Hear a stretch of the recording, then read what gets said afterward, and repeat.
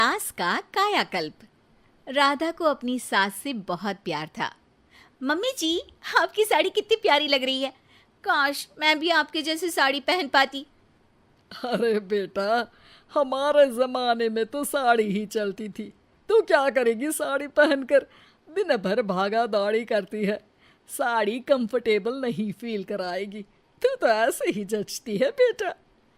राधा सास को लेकर घूमने जाती, सैर करती और उनसे खूब बातें किया करती थी। एक दिन, अरे राधा और माँ सुनो, अब हम लोगों को बम्बई चलना पड़ेगा। मेरी नई नौकरी वहीं लगी है। अरे वाह माँ, कितना मजा आएगा ना। अरे नहीं नहीं, मैं नहीं जाऊंगी। बड़ा शहर, बड़े लोग, मेरा दिल नहीं लगेगा। अरे माँ, मैं हूं ना आपके साथ। और सारा परिवार बड़े शहर में शिफ्ट हो जाता है। एक दिन, राधा, तू भी अब नौकरी में जाने लगी है। मैं तो बोर हो जाती हूँ। सोच रही हूँ आसपास की औरतों से दोस्ती कर लूँ।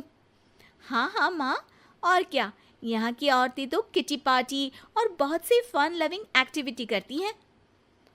तो बेटा, दो चार फन लविंग से मुझे भी मिलवा देना। बहू सास के साथ बाहर निकलती है तो देखती है कि सास की उम्र की जो औरतें टहल रही हैं, उनका पहनावा ओढ़ावा सास से बिल्कुल अलग है। लेकिन फिर भी राधा एक औरत को रोकती है। Hello aunty, how are you? Oh great darling. Aunty, हम लोग यहाँ नए शिफ्ट हुए हैं। ये मेरी मम्मी है। क्या ये कल से आप लोगों को ज्वाइन कर सकती हैं? वो औरत सास की तरफ बड़ी ही अजीब नज़रों से देखती है, फिर कहती है, अब ठीक है, कल से भेज देना। सास समझ जाती है कि उस औरत को वो ठीक नहीं लगी, लेकिन फिर भी वो कुछ नहीं बोलती। अगले दिन, अरे माँ, अच्छी सी साड़ी पहनकर तैयार होकर जाइए। आपको आपकी दोस्तों के पास जाना है ना। और नहीं नहीं, मैं सोच रही हूँ घर पर बैठकर टीवी देखूं। वैसे भी रामायण का नया एपिसोड आएगा। नहीं माँ, आप जाओ ना, लोगों से मिलो, बात करो, अच्छा लगेगा। ना चाहते हुए भी सास उन लोगों के पास जाती है, लेकिन सभी सास से बुरा व्यवहार करते हैं। सास मुंह लटकाकर घर आ जाती है। बहू समझ जाती है कि सास को कुछ हुआ है। वो रोज सास को पार्क में भेजती, लेकिन सास रोज मुंह लटकाकर वापस आ जाती। क्या हुआ माँ, आप बाहर जाकर खुश नहीं होती हैं?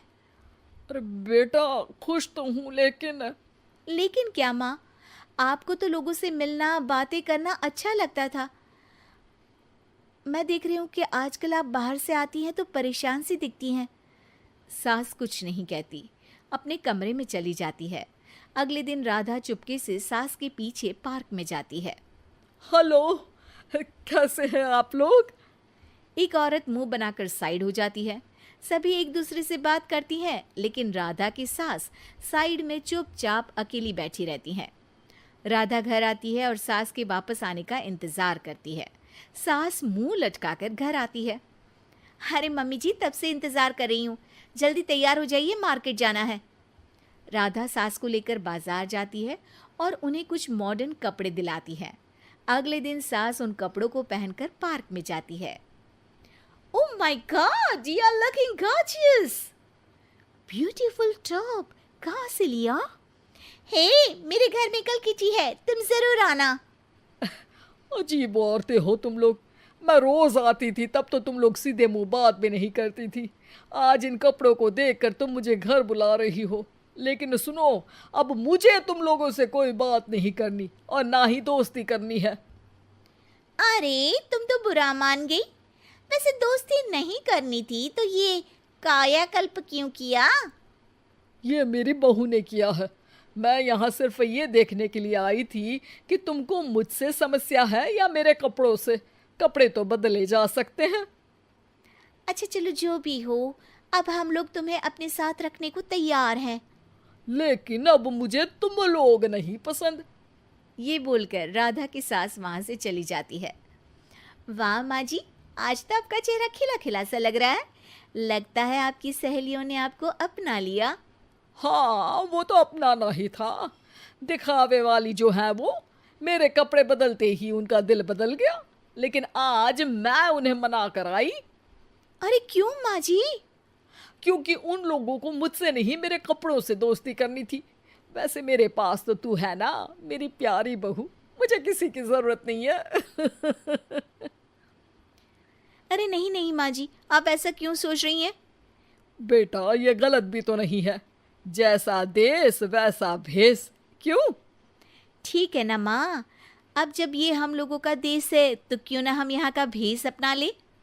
हाँ हाँ जरूर, मैं तो तैयार हूँ।